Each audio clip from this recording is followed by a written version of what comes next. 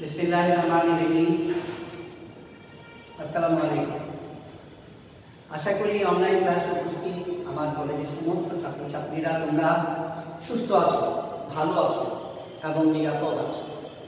আমি বেশি কিছু বললাম না, এই কারণে যে সবাই এখন যার যার মতে সচেতন এবং নিরাপদে থাকে, নিরাপদে থাকার জন্য প্রস্তুত থাকে। গত ক্লাসে আমরা তোমাদেরকে যা পড়িয়েছি ইতিমধ্যে নিশ্চয়ই তোমরা সেটা রিভিশন দিয়ে ফেলেছ, তাই আজ রিভিশন করে ফেলছ। এখন আমরা সেই অধ্যায়ে, কোন অধ্যায় বলো তো আমরা পড়িয়েছিলাম? আমার মনে আছে আমরা পড়িয়েছিলাম তোমাদেরকে নবম অধ্যায়ে সালোক সংশ্লেষণ। নবম অধ্যায় সালোক সংশ্লেষণ সম্পর্কে প্রাথমিক আলোচনাটা আমরা গত ক্লাসে তোমাদেরকে পড়েছি। আজকে তোমাদেরকে আমরা নবম অধ্যায়ে সালোক সংশ্লেষণের ক্রিয়া কৌশল, কলা কৌশল সম্পর্কে আলোচনা করব। আমি আগেও বলেছিলাম, এখন আবারও বলছি, তোমরা যখন আমার ক্লাসে উপস্থিত থাকবে তখন একটা কলম, পেন্সিল এবং খাতা নিয়ে বসবে। কেননা কারণ বায়োলজি ক্লাস ড্রয়িং থাকবে এবং তোমাদেরকে মনে রাখতে হবে যে ড্রয়িং করে শিখলে সেই পড়াটা তোমাদের মনে থাকবে বেশি। আচ্ছা, এখন আমি তোমাদেরকে সালোক সংশ্লেষণ সম্পর্কে যে আলোচনাটা করব সেটা মনে রাখবা। তোমাদের এখানে লেখা আছে আলোচ্য বিষয়। আলোচ্য বিষয়ের মধ্যে সালোক সংশ্লেষণ প্রক্রিয়াটা আজকে আলোচনা করব, ফটো সিস্টেম আলোচনা করব, প্রকারভেদ, ফটো সিস্টেমের অংশ, সালোক সংশ্লেষণ প্রক্রিয়ার কলা কৌশল, আলোক পর্যায়, আলোক নিরপেক্ষ পর্যায়, ফসফোরাইলেশন, ফটোফসফোরাইলেশন, অচক্রিয় ফটোফসফোরাইলেশন, চক্রীয় ফটোফসফোরাইলেশন। আচ্ছা, এখন প্রথমেই আসি সালোক সংশ্লেষণ প্রক্রিয়া নিয়ে যদি তুমি আলোচনা করতে চাও তাহলে তোমাকে জানতে হবে ফটো সিস্টেম কি, মনে রাখতে হবে ফটো সিস্টেম কি। তোমরা এই জিনিসটাকে সবাই চেনো, এটাকে আমি ছবি আঁকবো, ছবি আঁকলে তোমরা সবাই চিনবে, আমার বিশ্বাস তোমরা চিনবে। আচ্ছা দেখো, ছবি আঁকলাম, তোমরা যার যার অবস্থানে থেকে ছবি এঁকে ফেলো।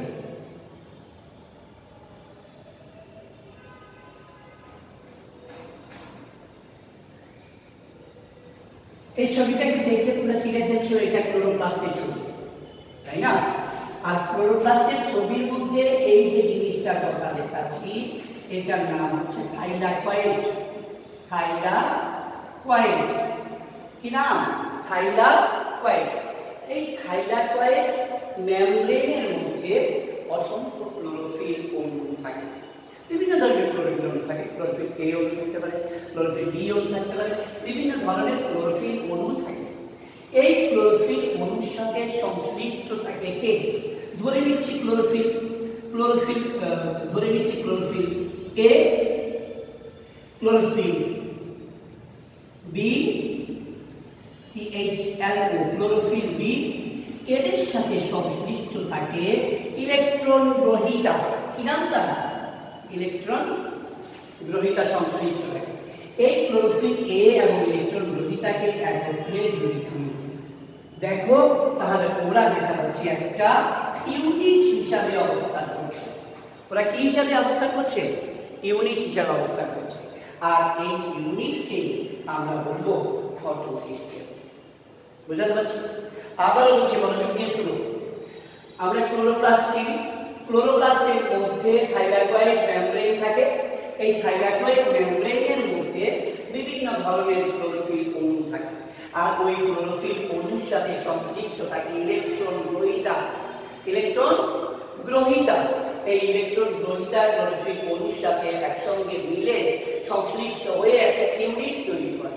আর সেই ইউনিটকেই আমরা বলি ফটো সিস্টেম। কি বলি? Photo system. মনে রাখবে তো? তাহলে এই ইউনিটকে আমরা বলি ফটো সিস্টেম। আচ্ছা, ফটো সিস্টেম সম্পর্কে আমাদের ধারণা হয়ে গেল। এবার আমরা যেটা বলবো, এই থাইলাকয়েড মেমব্রেনের মধ্যে 400টি পর্যন্ত, 400টি পর্যন্ত ক্লোরোফিল অণু অবস্থান করতে পারে। ক্লিয়ার সবার? আচ্ছা, চলে যাচ্ছে পরের অংশে। পরের অংশে কি একটু দেখি, মনোযোগ দিয়ে শুনো। পরের অংশে দেখি, পরের অংশে যদি আমরা আলোচনা করতে চাই তাহলে দেখবো প্রকারভেদ। তাহলে আমি লিখলাম photo system. Photo system, photo সিস্টেমকে কয় ভাগে ভাগ করব? দুই ভাগে। Photo system, photo system 1, photo system 2। বুঝতে পারছো কি বলছি? ফটো সিস্টেমকে কয় ভাগে ভাগ করেছি? দুই ভাগে। Photo system 1, photo system 2। আচ্ছা, মনে রেখে ফটো সিস্টেম 1 কি? ফটো সিস্টেম 1 হচ্ছে PS1। এটাকে আমরা PS1। PS1 এ একটা বিক্রিয়া কেন্দ্র থাকে। খেয়াল করিও PS1 এ একটা কি থাকে? বিক্রিয়া কেন্দ্র থাকে। সেই বিক্রিয়া কেন্দ্রের মধ্যে থাকে ক্লোরোফিল অণু। ওই ক্লোরোফিল অণুটি 700 ন্যানোমিটার 700 ন্যানোমিটার তরঙ্গ দৈর্ঘ্যের আলো প্রবলভাবে শোষণ করতে পারে। বুঝাতে পারছি কি বললাম? PS1 এ বিক্রিয়া কেন্দ্রে ক্লোরোফিল অণু, ধরো ক্লোরোফিল এ অণু 700 ন্যানোমিটার তরঙ্গ দৈর্ঘ্যের আলো প্রবলভাবে শোষণ করতে পারে। সেজন্য তাকে লেখা হয় P700। আমি একটু পরে আবার আলোচনা করব এটা নিয়ে, তখন ক্লিয়ার হয়ে যাবে। আচ্ছা, তাহলে ফটো সিস্টেমে কি বললাম? Photo system 1, photo system 2। Photo system 1 এ 700 ন্যানোমিটার তরঙ্গ দৈর্ঘ্যের আলো ওই ক্লোরোফিল অণু অত্যন্ত প্রবলভাবে শোষণ করতে পারে বলে তাকে লেখা হয় P7। এবার যাও P6, PS2। PS2 তে থাকে কত? PS2 তে ওই বিক্রিয়া কেন্দ্র থাকে। বিক্রিয়া কেন্দ্রের মধ্যে কি থাকে রে বাবা? ক্লোরোফিল অণু। বিক্রিয়া কেন্দ্রের মধ্যে ক্লোরোফিল অণু থাকে। আর এই ক্লোরোফিল এ অণুটা 680 ন্যানোমিটার তরঙ্গ দৈর্ঘ্যের আলো প্রবলভাবে শোষণ করতে পারে। তরঙ্গ দৈর্ঘ্যের আলো প্রবলভাবে শোষণ করতে না পারে, সেই জন্য একে লেখা হয় P680। বুঝাতে পারলাম? তাহলে PS1 PS2 দুটোই আমার লাগবে। PS1 এ থাকে P700, PS2 তে থাকে P680। ক্লিয়ার হয়েছে? আচ্ছা, এবার চলে যাই আমরা পরবর্তীতে ফটো সিস্টেমে অংশ নিয়ে আলোচনা করব। ফটো সিস্টেমের অংশ আবার কেমন করবেন? ফটো সিস্টেমের তিনটা অংশ। ফটো সিস্টেমের তিনটা অংশ। কয়টা অংশ? তিনটা অংশ। এক নাম্বার আলোক শোষণ অংশ।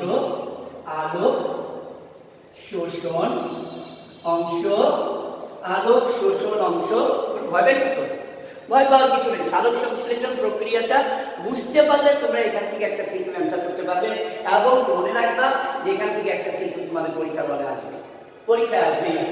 তাহলে আলোক শোষণ অংশ। 2 নাম্বার বিক্রিয়া কেন্দ্র। 3 নাম্বার ইটিসি, যাকে বলবো তোমরা ইলেকট্রন ট্রান্সপোর্ট চেইন। কোন বইয়ের মধ্যে লেখা আছে ইলেকট্রন ট্রান্সপোর্ট সিস্টেম। তুমি যেটাই বলো। স্যার এটাকে কিভাবে বুঝাবে? আমি কিভাবে বুঝাই দেখো তুমি মনোযোগ দিয়ে। আচ্ছা, আমি বুঝাবো। আমি স্যাম্পল একটা এঁকে রেখেছি তোমাদের জন্য। সেই স্যাম্পলটাকে আমি একটু করে গুটিয়ে নিই। সুন্দর করে বোঝানোর জন্য শুধুমাত্র ফটো সিস্টেম। ধরে নিচ্ছি এখানে বিক্রিয়া কেন্দ্র আছে।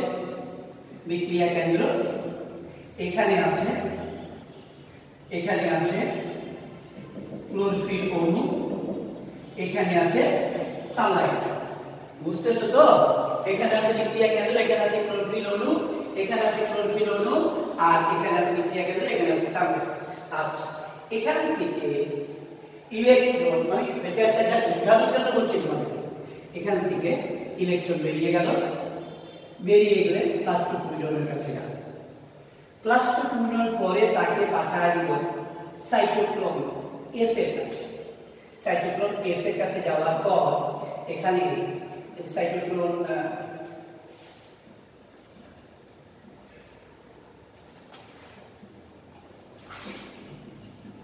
পিআর। আচ্ছা, সাইটোক্রোম F এর কাছে যাওয়ার পর সে তাকে পাঠিয়ে দিল আবার কোথায়, প্লাস্টোসায়ানিনের কাছে। প্লাস্টোসায়ানিন থেকে পাঠিয়ে দিল আবার আরেকটা বিক্রিয়া কেন্দ্র। আরেকটা বিক্রিয়া কেন্দ্রের পরে আসলো এখানে আলোক শোষণ অংশ। আলোক শোষণ অংশ আসলো এবং এর নাম দিলাম আমি কি, এর নাম দিলাম PS2, এর নাম দিলাম PS2 আর এর নাম দিলাম আমি PS1, ফটোসিস্টেম 1। আর এখানেও আছে ক্লোরোফিল অণু, এখানেও ক্লোরোফিল অণু আছে। এখানে দেখুন বিক্রিয়া কেন্দ্র, এখানে বিক্রিয়া কেন্দ্র। এখন মনোযোগ দেখি সাথে আমি বলতে, ওই যে সাত বলেছিল সব ফটোসিস্টেমের কয়টা অংশ, তিনটা অংশ, 2 3। এক নম্বরে বলেছিলাম আলোক শোষণ অংশ। কি বলছিলাম, আলোক, মনোযোগ দিয়ে এখনই শিখে ফেলবে, আলোক শোষণ অংশ। 2 নম্বরে বলছিলাম বিক্রিয়া কেন্দ্র। 3 নম্বরে বলছিলাম ETC বা ETS। এটা দেখো আমি তিনটাই এতটুকু ছবির মধ্যে বের করে দিই, এতটুকু ছবির মধ্যে তিনটাই বের করে দিই। দেখো তুমি বুঝতে পারছো এই চিত্রের মধ্যে দেখলাম এইটা একটাকে কি বলবো, এটাকে কি বলবো, ফটো সিস্টেম বলবো। তাহলে ফটো সিস্টেমের কয়টা অংশ, তিনটা অংশ। তিনটা অংশের মধ্যে আলোক শোষণ অংশ দেখে পেয়ে গেছি, আলোক শোষণ অংশ আমি পেয়ে গেছি। এটাকে বলবো আমরা আলোক শোষণ অংশ, আলোক শোষণ অংশ, এটাকে বলবো আমরা আলোক শোষণ অংশ। আর আলোক শোষণ অংশ থেকে ক্লোরোফিল অণু যখন আলোক শোষণ করে নেয়, সেই শোষিত আলো পাঠিয়ে দেয় বিক্রিয়া কেন্দ্রে। কোথায় পাঠিয়ে দেয়, বিক্রিয়া কেন্দ্রে। আর ওই বিক্রিয়া কেন্দ্র তখন ওই শোষণকৃত আলোক শক্তি থেকে ইলেকট্রনকে উৎক্ষিপ্ত করে দেয়, ইলেকট্রনকে উৎক্ষিপ্ত করে দেয়। সেই উৎক্ষিপ্ত ইলেকট্রন পরবর্তীতে সাইটোক্রোম F এবং প্লাস্টোসায়ানিন হয়ে আবার বিক্রিয়া কেন্দ্র PS1 এ চলে আসে। কোথায় চলে আসে, PS1 এ চলে আসে। তাইলে এই আমি সারাংশে যাচ্ছি, ফটোসিস্টেমকে আমরা তিনটা অংশে রাখতে পারি, ফটোসিস্টেম 2, বিক্রিয়া কেন্দ্র, আলোক শোষণ অংশ, বিক্রিয়া কেন্দ্র, এবং এই যে বাহকগুলা বহন করে নিয়ে আসতেছে সেটাকেই আমরা বলছিলাম ETC বা ইলেকট্রন ট্রান্সপোর্ট চেইন বা ইলেকট্রন ট্রান্সপোর্ট সিস্টেম। আশা করি তোমরা ফটোসিস্টেম সম্পর্কে আর কোনো কষ্ট কারোর মধ্যে নেই। আমি যা বলছি বইয়ের বাইরে কোনো কথা বলি নাই, সবগুলা কথা বই আছে। তোমাদের কাছে রিকোয়েস্ট থাকবে তোমরা বাসায় বসে বইগুলা খুলে একটু আমার কথাগুলা মিলিয়ে নিও। Thank you. এবার আসি আমরা পরবর্তী অংশ। আচ্ছা,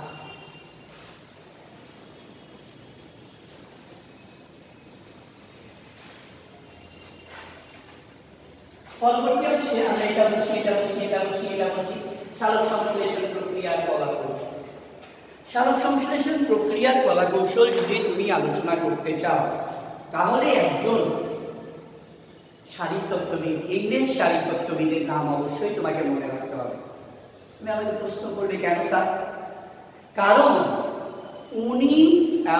উনি যেই সনে, যে খ্রিস্টাব্দে সালোক সংশ্লেষণকে পর্যায়ে বিভক্ত করেন, সেই সনটা এবং নামটা MCQতে তুমি পাবে। কোথায় পাবে? MCQতে তুমি পাবে, মনে রাখতে হবে। তাহলে কি নাম ভদ্রলোক? ভদ্রলোকের নামটা খুব সুন্দর, তুমি মনে রাখতে পারবে। দেখো তো কি, ব্ল্যাক ম্যান। কি ঠিক আছে, ব্ল্যাক ম্যান মনে রাখতে পারবে তো? আর কি সনটা কত? 1905। তাহলে ব্ল্যাক ম্যান 1905 সালে সালোক সংশ্লেষণ প্রক্রিয়াকে দুইটা পর্যায়ে বিভক্ত করে। কি বললাম? ব্ল্যাক ম্যান একজন ইংরেজ শারীরতত্ত্ববিদ 1905 সালে সালোক সংশ্লেষণকে দুইটা পর্যায়ে বিভক্ত করে। এই দুইটা পর্যায়ের মধ্যে একটা পর্যায় হচ্ছে আলোক পর্যায়, একটা পর্যায় হচ্ছে আলোক নিরপেক্ষ পর্যায়। আগে যদিও তাকে অন্ধকার পর্যায় বলা হতো, কিন্তু এখন তাকে অন্ধকার পর্যায় বলা হয় না, এখন বলা হয় আলোক নিরপেক্ষ পর্যায়। তাহলে আলোক পর্যায় কাকে বলে? যেই পর্যায়ে আলোক শক্তি রাসায়নিক শক্তিতে রূপান্তরিত হয়ে ATP এবং NADP H প্লাস H এ সঞ্চারিত হয় সেই পর্যায়টাকে আলোক পর্যায় বলে। আমি আবার বলবো, তোমরা আমার অনলাইন ক্লাসে ক্লাস করতেছো, আমি তোমাদেরকে মনে চোখ দিয়ে দেখতেছি, কিন্তু আমি ফিজিক্যালি তোমাদেরকে দেখতে পাচ্ছি না বলে তোমাদেরকে পড়াটা ধরতেও পারতেছি। আমার বিশ্বাস তোমরা মুখস্থ করে ফেলছো। সেটা কি? আলোক পর্যায় হলো সেই পর্যায় যেই পর্যায়ে আলোক শক্তি রাসায়নিক শক্তিতে রূপান্তরিত হয়ে ATP plus NADPH plus H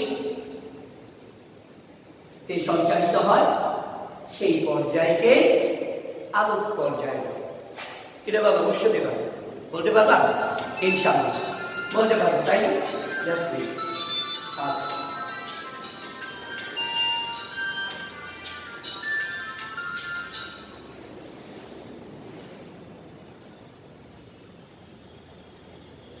আচ্ছা, তাহলে আমরা আবার বুঝলাম, আমরা কি বুঝে গেলাম? আমরা বুঝে গেলাম যে ব্ল্যাকম্যান 1905 সালে আলোক পর্যায়কে দুটো পর্যায়ে ভাগ করে, চালক সংশ্লেষণ প্রক্রিয়াকে দুটো পর্যায়ে ভাগ করে, একটা চালক পর্যায় আর একটা চালক নিরপেক্ষ পর্যায়। আলোক পর্যায় কাকে বলবো? যেই পর্যায়ে আলোক শক্তি রাসায়নিক শক্তিতে রূপান্তরিত হয়ে এটিপি এবং ATP plus NADPH plus H এ সঞ্চারিত হয়, সেই পর্যায়কে আলোক পর্যায় বলে। ক্লিয়ার হয়েছে? এই আলোক পর্যায়টাতে কিন্তু ফসফোরাইলেশন বলে। তোমার এখন প্রশ্ন আসছে না, স্যার ফসফোরাইলেশন কাকে বলে? তোমার কিন্তু প্রশ্ন আসতেছে, ফসফোরাইলেশন কাকে বলে? ফসফোরাইলেশন হচ্ছে যখন কোনো যৌগের সাথে ফসফেট সংযুক্ত হয়, এই যৌগের সাথে ফসফেট সংযুক্ত হওয়ার প্রক্রিয়াকে ফসফোরাইলেশন বলে। আবার কি বুঝাবো? তাহলে কি বললাম? আমরা বললাম কোন একটা যৌগের সাথে যদি ফসফেট যুক্ত হয়, কোন একটা যৌগের সাথে যদি ফসফেট যুক্ত হয়, ওই যৌগের সাথে ফসফেট যুক্ত হওয়ার প্রক্রিয়াকে, ওই যৌগের সাথে ফসফেট যুক্ত হওয়ার প্রক্রিয়াকে ফসফোরাইলেশন বলে। ওই যৌগের সাথে ফসফেট যুক্ত হওয়ার প্রক্রিয়াকে ফসফোরাইলেশন বলে। আমরা বুঝতে পারছি কি বুঝলাম? কোন যৌগের সাথে ফসফেট যুক্ত হওয়ার প্রক্রিয়াকে ফসফোরাইলেশন। যেমন স্যার একটা एग्जांपल দেখো, ADP একটা যৌগ, এর সাথে ইনঅর্গানিক ফসফেট যুক্ত হলো, হয়ে গেল ATP। এটাকে আমরা বলবো ফসফোরাইলেশন। আর ফটোফসফোরাইলেশন কাকে বলে? যদি এই ফসফোরাইলেশনটা সূর্যালোকের উপস্থিতিতে হয়, তখন তাকে আমরা বলবো ফটোফসফোরাইলেশন। কেন স্যার? কারণ ফটো শব্দের অর্থ হচ্ছে আলো। ক্লিয়ার? ফটো শব্দের অর্থ কি? আলো। তাহলে ফটোফসফোরাইলেশন কাকে বলবো? যদি সূর্যালোকের উপস্থিতিতে এটিপি তৈরি হয়, তবে সেই প্রক্রিয়াটাকে আমরা কি বলবো? ফটোফসফোরাইলেশন বলবো। ক্লিয়ার হয়েছে? এখন চলে আসছে আমরা ফটোফসফোরাইলেশন।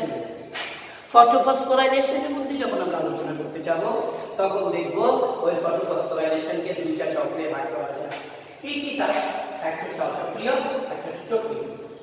আমরা তোমাদের সাথে অচক্রিয়তা নিয়ে প্রথম আলোচনা করব, কারণ অচক্রিয় ফটোফসফোরাইলেশন প্রক্রিয়াটা এমন একটা প্রক্রিয়া যেটা আলোচনা করলে সহজেই তোমরা কিন্তু চক্রীয় ফটোফসফোরাইলেশনটা বুঝতে পারবে।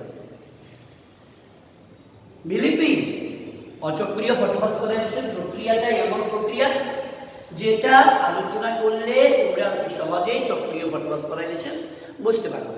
তো স্যার তাইলে অচক্রীয় ফটোফসফোরাইলেশন একটু আলোচনা করি। অচক্রীয় ফটোফসফোরাইলেশনের মধ্যে দেখতে পাচ্ছি আমরা কি দেখতে পাচ্ছি? বিক্রিয়া কেন্দ্র দেখতে পাচ্ছি, ফটোসিস্টেম দেখতে পাচ্ছি। ফটোসিস্টেমের মধ্যে ফটোসিস্টেম 2 তে ক্লোরোফিল অণু থাকে, আর ওই ক্লোরোফিল অণু সানলাইট থেকে, সূর্যের আলো থেকে আলোক শোষণ করে। সানলাইট থেকে আলোক শোষণ করে। ওই শোষণকৃত আলোক শক্তি, ওই শোষণকৃত আলোক শক্তি এক অণু থেকে আরেক অণুতে স্থানান্তরিত হয়। এই এক অণু থেকে অন্য অণুতে স্থানান্তরিত হওয়ার সময় এক অণু থেকে অন্য অণুতে স্থানান্তরিত হওয়ার সাথে সাথে তারা আরেকটু শক্তি প্রাপ্ত হয়। পরবর্তীতে ওই শোষণকৃত আলোক শক্তি বিক্রিয়া কেন্দ্র 680 মধ্যে পৌঁছে যায়। স্থানান্তরিত হতে হতে বিক্রিয়া কেন্দ্র P680 মধ্যে পৌঁছে যায়। P680 বিক্রিয়া কেন্দ্র পরবর্তীতে ওই শক্তিকৃত ইলেকট্রনকে ফিওফাইটিনের কাছে পৌঁছে দেয়। যখন ফিওফাইটিনের কাছে পৌঁছে দেয়, ফিওফাইটিনের কাছে পৌঁছে দেওয়ার সাথে সাথে ফিওফাইটিন, আমি একটু সংক্ষেপে বলবো, ফিওফাইটিনের কাছে পৌঁছে দেওয়া, যদিও ফিওফাইটিন তোমাদের বইয়ের মধ্যে নাই, কিন্তু ফিওফাইটিনের কাছে পৌঁছে দেয়। ফিওফাইটিনের কাছে পৌঁছে দেওয়ার সাথে সাথে ইলেকট্রন পরবর্তীতে প্লাস্টোকুইনে পৌঁছে দেয়। প্লাস্টোকুইন কি স্যার? প্লাস্টোকুইন হচ্ছে এক ধরনের লিপিড এবং চলন শক্তি বাহক। প্লাস্টোকুইন পরবর্তীতে তার ইলেকট্রন দুটিকে সাইটোক্রোম F এর মধ্যে পাঠিয়ে দেয়। সাইটোক্রোম F এর মধ্যে যখন পাঠায় তখন কিছু শক্তি হারায়, আর যে শক্তিটা হারায় সেই হারানো শক্তি দিয়ে এডিপি ইনঅর্গানিক ফসফেটের সাথে যুক্ত হয়ে একটা এডিপি তৈরি করে। কি রে বাবা, বুঝছি? আবার বলি, তাহলে কি বললাম, প্লাস্টোকুইন ইলেকট্রনকে সাইটোক্রোম F এর কাছে পাঠায়। এমন সময় তোমাদের এখানে কিছু শক্তি হারায়, সাইটোক্রোম F এর কাছে আসার সাথে সাথে কিছু শক্তি হারায়। ওই শক্তিটা দিয়ে এডিপি ইনঅর্গানিক ফসফেটের সাথে এডিপি তৈরি করে, এবং এডিপি তৈরি করার পর সাইটোক্রোম F পরবর্তীতে দুটো ইলেকট্রনকে প্লাস্টোসাইনিনের কাছে পাঠায়। স্যার প্লাস্টোসাইনিন কি? প্লাস্টোসাইনিন হচ্ছে মেমব্রেনাস প্রোটিন। এই মেমব্রেনাস প্রোটিন পরবর্তীতে ইলেকট্রনকে বিক্রিয়া কেন্দ্র P700 এর মধ্যে পাঠিয়ে দেয়। বোঝাতে পারছি কেন পাঠিয়ে দেয়? কারণ সবাই তো খাপে খাপে মিল আছে, সবাই ৮-৭ ভাবে বাঁধা, সবাই সুন্দর করে আটকানো। এখন এই ইলেকট্রন এসে বসবেটা কোথায়, ঢুকবেটা কোথায়? তার আগে এই PS1 এর বিক্রিয়া কেন্দ্রে ইলেকট্রন ক্লোরোফিল অণু শক্তি প্রাপ্ত হয় সালফাইডে, এবং দুইটা ইলেকট্রন সেখান থেকে ফেরিডক্সিনে পাঠিয়ে দেয়। যখন দুইটা ইলেকট্রন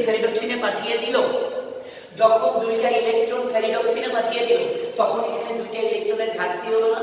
ওই প্লাস্টোসাইনিন এসে ওই ইলেকট্রনের ঘাটতি পূরণ করলো। বুঝছি? আচ্ছা, এই ইলেকট্রন যখন ঘাটতি পূরণ করে ফেরিডক্সিনের ইলেকট্রন তখন NADP রিডাক্টেসের কাছে চলে যায়। এদিকে অচক্রিয় ফসফোরাইলেশনের মধ্যে এখান থেকে যে ইলেকট্রন উৎক্ষিপ্ত হয়েছিল PS680 থেকে পানি ভাঙনের ফলে ইলেকট্রন এসে সেই ঘাটতি পূরণ করেছে। বোঝাতে পারছি? পানি ভাঙনের ফলে ইলেকট্রন এসে সেই ঘাটতি পূরণ করেছিল। এখন অচক্রিয় ফসফোরাইলেশনের মধ্যে যখন এই PS1 থেকে ইলেকট্রন উৎক্ষিপ্ত হয় তখন বিভিন্ন বাহক ঘুরে সে PS1 আর PS2 থেকে যে ইলেকট্রন উৎক্ষিপ্ত হয় সেখান থেকে সেই ইলেকট্রন বিভিন্ন বাহক ঘুরে আর PS2 তে ফিরে আসে না, PS1 এ চলে যায়, ফটোসিস্টেম 1 এ চলে যায়। সেই কারণে এটাকে অচক্রিয় ফসফোরাইলেশন বলে। অচক্রিয় ফসফোরাইলেশন। এই অচক্রিয় ফসফোরাইলেশনের মধ্যে তোমাকে একটা জিনিস খেয়াল রাখতে হবে, সেটা কি? অচক্রিয় ফসফোরাইলেশনের মধ্যে যে পানি সরবরাহ হয় ওটা কন্টিনিউয়াস ফ্লো, ওটা অব্যাহতভাবে হতে থাকে এবং অব্যাহত হতে থাকে। কেন না? কারণ এই পানি ম্যাঙ্গানিজ এবং ক্লোরিনের উপস্থিতিতে ভেঙে যায়। ভেঙে যাওয়ার ফলে উৎপন্ন হয় কি? অক্সিজেন, উৎপন্ন হয় কি? ইলেকট্রন, উৎপন্ন হয় কি? প্রোটন। এই অক্সিজেন বিক্রিয়া কেন্দ্রে চলে আসে 680, গৃহীত হয় 680 দ্বারা গৃহীত হয়, ভুল হয়েছে। এই ইলেকট্রন বিক্রিয়া কেন্দ্রে চলে আসে। ইলেকট্রন কোথায় চলে আসে? বিক্রিয়া কেন্দ্রে চলে আসে, আর অক্সিজেন বায়ুতে বেরিয়ে যায়। আর এই যে প্রোটন, সেই প্রোটন এদিক দিয়ে ফেরিডক্সিনের কাছে যায় এবং ফেরিডক্সিনের কাছে গিয়ে সে অপেক্ষা করতে থাকে। কেন না? কারণ PS1 থেকে যে ইলেকট্রন উৎক্ষিপ্ত হয়েছে, খেয়াল করো, PS1 থেকে যে ইলেকট্রন উৎক্ষিপ্ত হয়েছিল সেই ইলেকট্রনের সাথে PS2 থেকে উৎক্ষিপ্ত প্রোটন একত্রে মিলিত হয়ে সহযোগে NADP কে বিজারিত করে NADPH+ আয়ন তৈরিতে সক্রিয় ভূমিকা পালন করে। আবার বলছি কারণ জিনিসটা একটু কঠিন। পানি ভাঙনের ফলে ম্যাঙ্গানিজ এবং ক্লোরিনের উপস্থিতিতে পানি ভাঙে। পানি ভাঙানোর ফলে তিনটা জিনিস উৎপন্ন হয়, অক্সিজেন, ইলেকট্রন এবং প্রোটন।